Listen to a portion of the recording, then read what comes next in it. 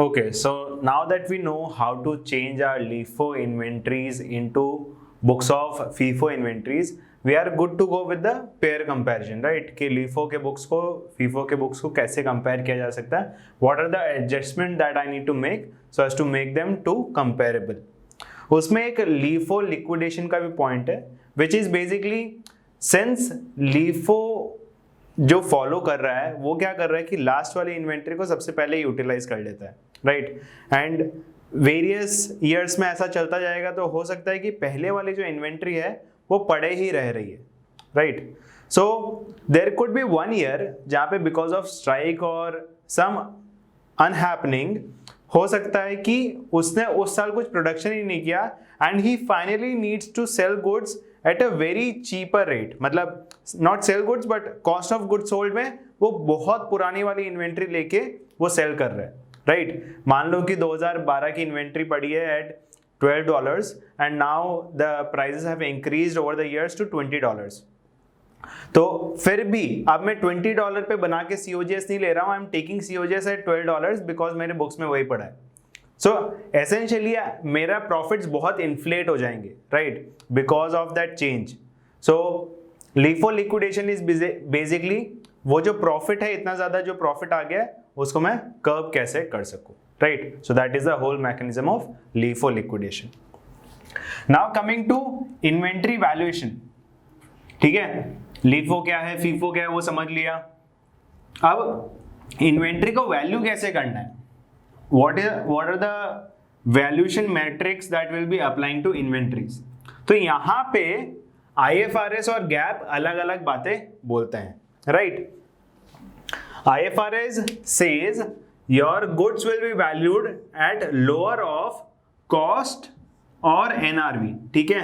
lower, याद रखना, lower of cost और NRV, where cost is nothing but all the material, labor and overhead that you have incurred to bring the inventory to the present condition and state, ठीक है? present place and condition पे लाने के लिए जो भी खर्चे लगे हैं वो जो आप उसमें ऐड करते हो that is cost. और NRV is net realizable value. net realizable value, net मतलब क्या? जितना आप रियलाइज करने वाले हो उसमें से आपका अगर कुछ खर्चा लगने वाला है तो वो माइनस कर दो, which is nothing but sales price, the price at which you will be able to sell your goods minus any selling cost that you might incur, ठीक है? selling cost उसमें से माइनस कर दो तो that is your net realizable value. So IFRS says your your inventory should be valued at cost or NRV, whichever is less. cost is जितना inventory का अभी तक आपने खर्चा लगाया है और NRV is sales minus selling cost, ठीक है? अब मान लो कि IFRS हम फॉलो कर रहे हैं, कॉस्ट पे अभी तक चल रहा था, गुड्स जो इन्वेंट्री है वो कॉस्ट पे चल रहा था, but now the NRV is lesser than the cost. There is a condition in this particular year where NRV is lesser than cost. तो क्या होगा?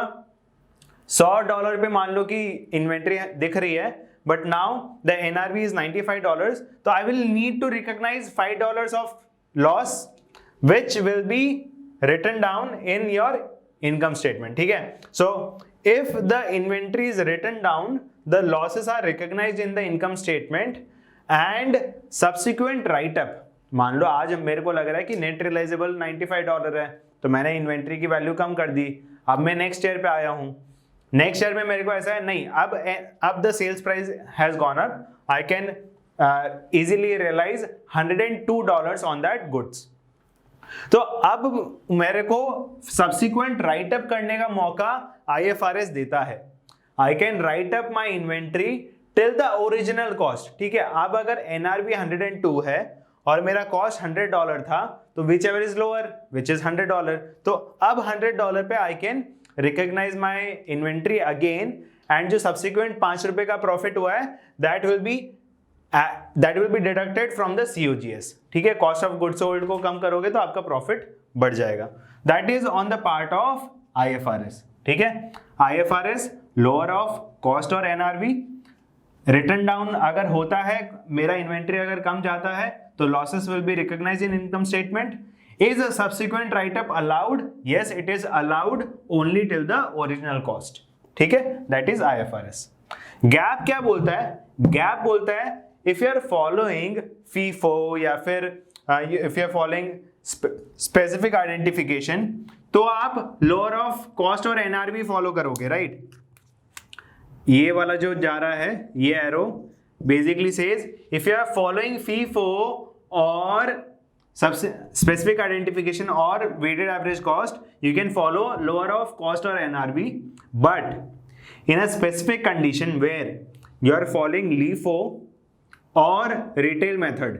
रिटेल मेथड आई होप आपको याद होगा, विच इज जितने पे मैं बेचने वाला हूं उसमें से ग्रॉस प्रॉफिट मार्जिन माइनस कर दूंगा, तो वो कॉस्ट पे अगर मैं रिकॉग्नाइज कर रहा हूं गुड्स को, तो that is called retail method. So if I am following LIFO और retail method, I will recognise my inventory at lower of cost और मार्केट, ठीक है? जनरल केस में वही होने वाला जो IFRS बोल रहा था, बट अगर लीफो आप फॉलो कर रहे हो which is unique to US GAAP, because IFRS तो लीफो अलाउ नहीं करता है।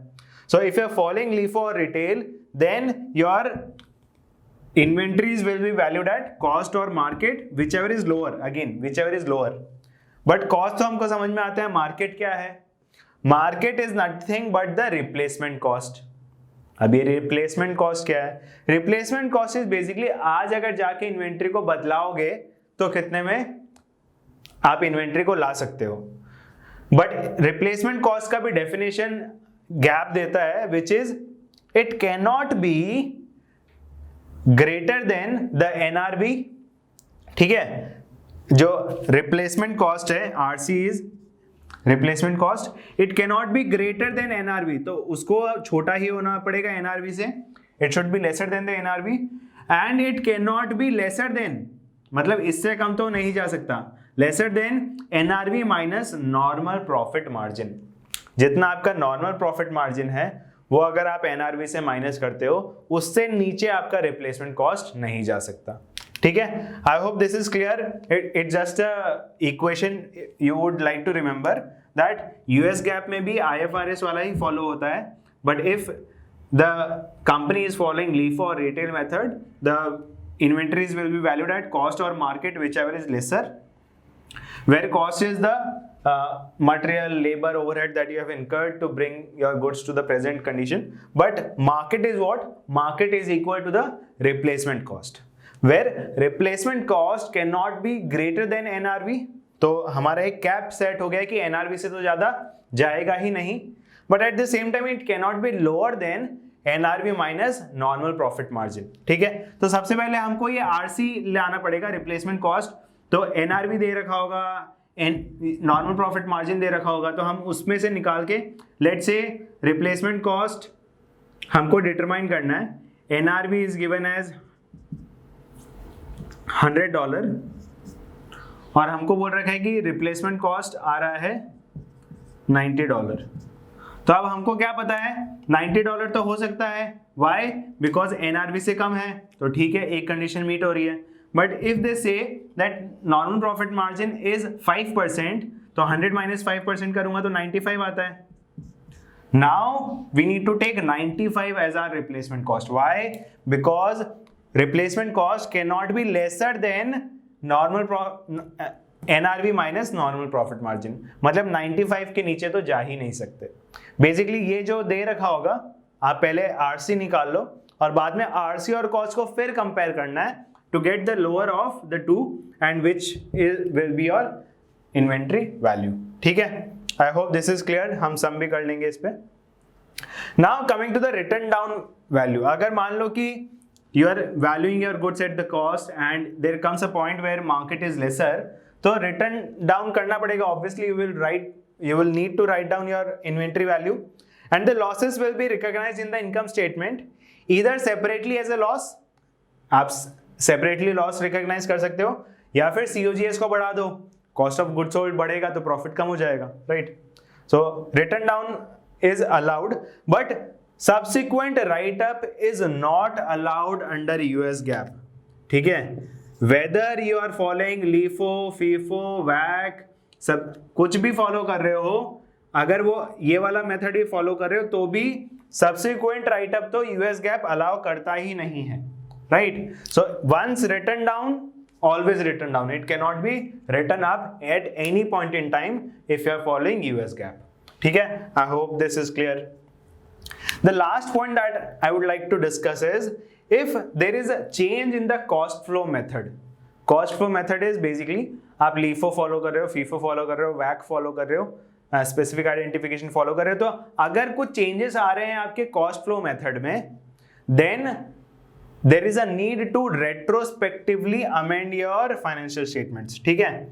If there is any change in cost flow method, सबसे पहले IFRS बोलेगा कि वो रिलायबल है तो ही आप चेंज कर सकते हो. US GAAP बोलेगा कि अगर चेंज कर रहे हो तो वाई बताओ, why do you want to change.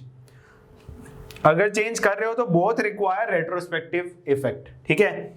मतलब पहले से जो भी इन्वेंट्री आ रहा है सबको चेंज करके आज वो वैल्यू दिखाओ कि टोटल वैल्यू चेंज कितना हुआ है, और जो भी चेंजेस आ रहे हैं उसको फिर हमको टेक इनटू अकाउंट करना पड़ेगा.